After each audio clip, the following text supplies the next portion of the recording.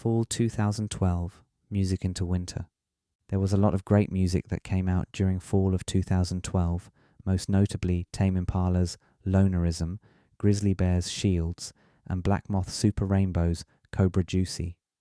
Lonerism ended up being the soundtrack of my freshman year, so anyone who knows the hopelessly romantic nature of that album can imagine what I was going through.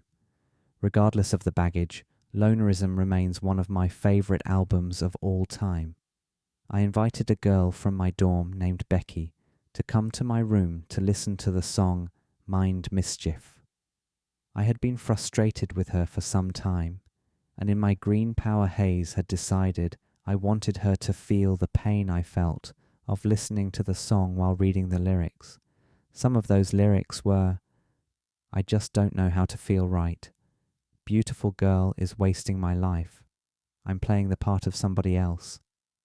While trying so hard to be myself, and I saw her start to frown as she read them. "Yeah, I just thought, maybe you should know the full extent of the song," I said ominously, looking away from her. "I think I'm going to go." "I don't want to do this anymore," she replied shortly. I was a smooth operator, all right. I might as well have said, "Hey, want to come to my room so I can guilt trip you about not being 100% into me?" Not the best move, I must admit, but there was a gratification to feeling like my life had been captured in one of my favourite artists' work, and in an eerily perfect way. Moreover, I was able to serve it up to someone I was frustrated with, and got my point across. Perhaps talking to her about it would have been better. The first show I saw that fall was Grizzly Bear in September at a venue called the Orpheum. Rashid visited me, as well as River, and we decided we'd experiment with a mycospawn brew before the show. Usually one simply consumes mycospawn, but in its brew form, it steeps like tea, and its bodies should also be consumed in their soggy final form after all liquid has been drunk. I think the heat increases the possibility of destroying the spirit of psilocytes, but it's nice enough as a casual experiment. We consumed the brew along with some green power and walked over to the venue, less than a 10-minute walk away. It was a seated venue, but we were late to the ticket purchasing game, so our seats were scattered apart from one another. This was kind of a bummer, but we were there primarily for the music, so it didn't matter that we weren't side by side. The show was quite the spectacle. Though the presence of psilocytes was minimal, everything possessed a shiny high-definition quality that is hard to describe. I felt as though Grizzly Bear totally controlled the room's emotions, probably because they did. The second show I saw in the city was Tame Impala at a venue called the Royale. I went with River and Rashid again, who both visited for the occasion, and the show was a blast. It was easily the best time that I've seen them. That first time, with a powerhouse set list of all the hits. Only green power was utilised for that show, but it was more than enough. There's not much more to say than it was a magical time. The same can be said for the third show I saw in December, when Rashid visited once more before the end of the year, a performance from Black Moth Super Rainbow. Rashid was a pleasant show compatriot, known to enjoy long walks and discussions before and after shows.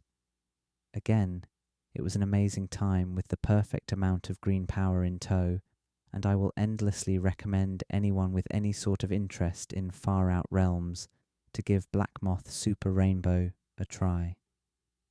Winter was tough for me, those 2 semesters at Hip City College. All I can remember about turning 19 was that it wasn't so memorable, a bummer compared to when I had turned 18 while connected to DSL. I wasn't excited to go back to Hip City College after winter break because I felt at a weird stage socially and emotionally. My music and writing backgrounds were still in some infancy in relation to my peers, and thus I felt lesser than many of them. I also failed to meet a girl who seemed interested in me in a reliable way, so I wondered if I'd been a fool with my decision to leave my ex from high school and whether I should just give the finger to Hip City College and move somewhere like Colorado, but it was all just grasping at straws and an inability to cope with what really needed to be done. I needed discipline, patience, and a willingness to look beyond the perceived flaws of my peers and to see their true collaborative potentials. Instead, I mostly consumed green power and recorded half-baked ideas, only to haphazardly mix them into non-completion. It's not that I wasn't trying. I believe I was emotionally unavailable for fully confident artistic expression, and still under some belief that if I just stayed positive and did nothing about improving myself, someone would magically come solve it for me. However miserable I was at points, I ended up finding plenty of moments of solace that second semester through the ease of the classes I took and through the consumption of green power with different friend groups. Loneliness was still prevalent, but I had learned that MGMT would be playing the Springfest concert up at Hip Forest University, where Rashid was a senior, and also in the city where River went to school. To see the band in such a small space outside on a college campus green would be a blast indeed, and I was excited to get out of Hip City College for a weekend. The city was shadowy and dirty, full of people who were so busy trying to quote-unquote make it. The forest was full of happy people, peaceful green power users, all seemingly out to have a nice time, and surely my chances of meeting a lover there were much higher. At the very least, I was to see MGMT, and they'd probably play their new single Alien Days.